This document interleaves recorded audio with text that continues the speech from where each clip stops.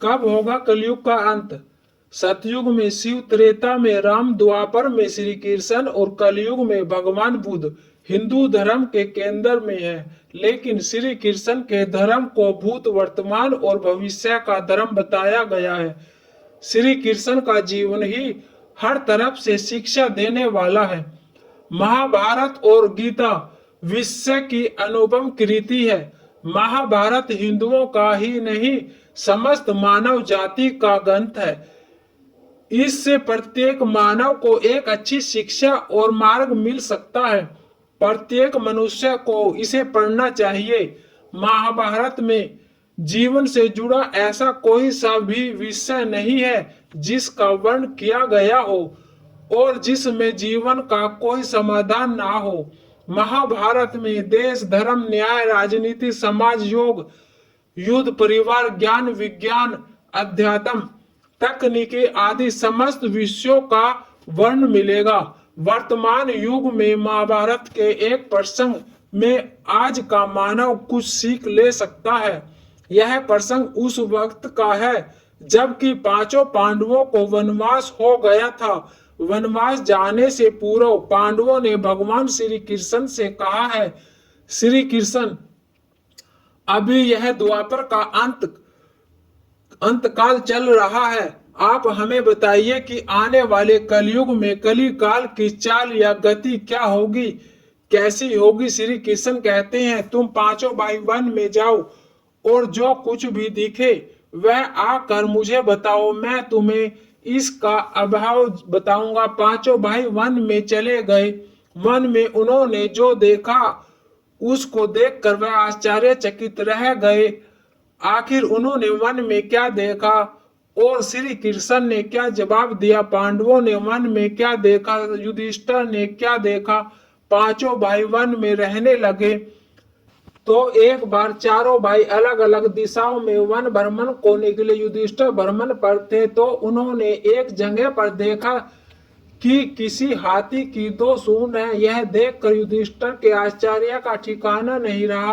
अर्जुन ने क्या देखा? अर्जुन दूसरी दिशा में भ्रमण कर रहे थे। कुछ दूर जंगल में जाने पर उन्होंने जो देखा उसे देखकर वह आश्चर्य में पड़ गए। उन्होंने देखा कि कोई पक्षी है, उसके पंखों पर वेद की ऋचाएं लिखी हुई हैं, पर वह पक्षी मुर्दे का मांस खा रहा था। भीम ने क्या देखा? दोनों भाइयों की तरह भी भीम ने भ्रमण पर थे। भीम ने जो देखा वह भी आश्चर्यजनक था। उन्होंने देखा कि गाय ने बछड़े को जन्म दिया है। जन्म के बाद वह बछड़े को इतना चाट रही थी कि बछड़ा लहूलुहान हो गया। सहदेव ने क्या देखा? सहदेव जब भ्रमण पर थे तो उन्होंने चौथा आश्चर्य देखा कि 6 से 7 कुएं हैं और आसपास के कुएं में पानी है, किंतु बीच का कुआं खाली है। बीच का कुआं गहरा है, फिर भी पानी नहीं है। उन्हें यह देखकर घोर आश्चर्य हुआ कि ऐसा कैसे हो सकता है। नकुल ने क्या देखा? नकुल भी भ्रमण पर थे और उन्होंने भी एक आश्चर्यजनक घटना देखी। नकुल ने देखा कि एक पहाड़ से ऊपर से एक बड़ी सी शिला लुढ़कती हुई आती है और कितने ही वृक्षों से टकराकर उनको नीचे गिराते हुए आगे बढ़ जाती है। विशाल का वृक्ष से भी रोक ना सके। इसके अलावा वह शिला इतनी ही अन्य शिलाओं के साथ टकराई पर फिर भी वह रुकी नहीं। अंत में एक अत्यंत छोटे पौधे को स्पर्श होते ही वह रुक गई। इसलिए जानते हैं तब श्री कृष्ण ने क्या कहा। पांचों भाइयों ने अपने देखे गए दिल से की चर्चा की और श्याम को श्री कृष्ण को अपने अनुभव सुनाए। सबसे पहले युधिष्ठिर ने कहा कि मैं तो पहली बार 2 सूंड वाला हाथी देखा, यह मेरे लिए बहुत ही आश्चर्यजनक था। तब श्री कृष्ण कहते हैं, धर्मराज, अब तुम कली काल की सुनो। कलयुग में ऐसे लोगों का राज्य होगा जो दोनों ओर से शोषण करेंगे, बोलेंगे कुछ और कहेंगे कुछ, मन में कुछ और कर्म में कुछ। ऐसे ही लोगों का राज्य होगा, इससे तुम पहले राजा कर लो।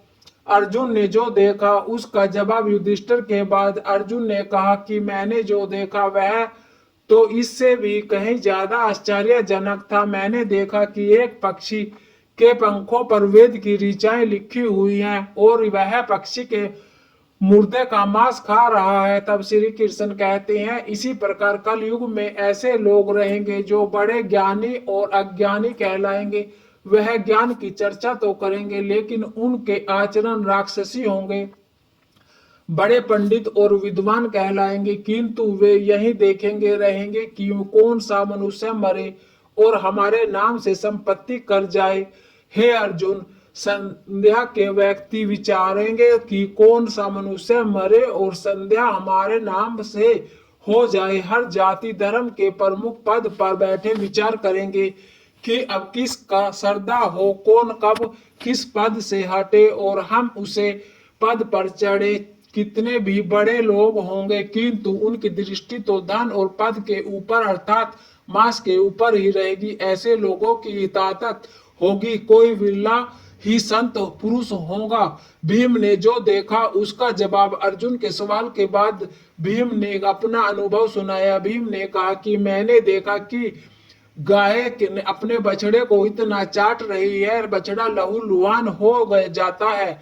तब श्री कृष्ण कहते हैं, कलयुग का मनुष्य शिशुपाल हो जाएगा। कलयुग में बालकों के लिए ममता के कारण कि उन्हें अपने विकास का अवसर ही नहीं मिलेगा। मोह माया में ही घर बर्बाद हो जाएगा। किसी का बेटा घर छोड़कर साधु बनेगा तो हजारों व्यक्ति दर्शन करेंगे, किंतु यदि अपना बेटा साधु बनता होगा तो रोएंगे कि मेरे बेटे का क्या होगा। इतनी सारी ममता होगी कि उसे मोह माया और परिवार में ही बांध कर रखेंगे और उसका जीवन वहीं खत्म हो जाएगा। अंत में बेचारा अनाथ होकर मरेगा। वास्तव में लड़के तुम्हारे नहीं हैं, वह तो बहुओं की अमानत है। लड़कियां जमाइयों की अमानत है और तुम्हारा यह शरीर मृत्यु की अमानत है।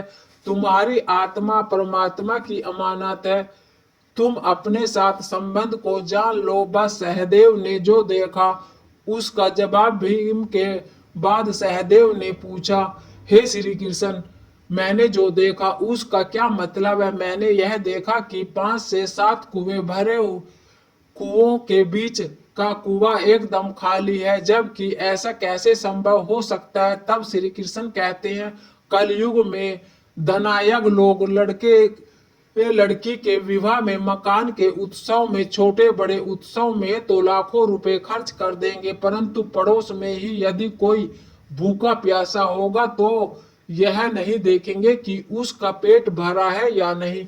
उनका अपना ही सगा भूख से मर जाएगा और वे देखते रहेंगे।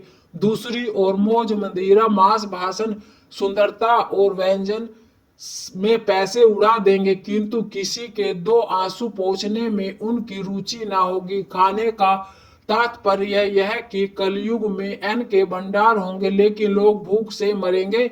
सामने महलों बागों में ऐसा आराम चल रहे होंगे लेकिन पास ही झोपड़ी में आदमी भूख से मर जाएगा। एक ही जंग है पर असमानता अपने चरम पर होगी।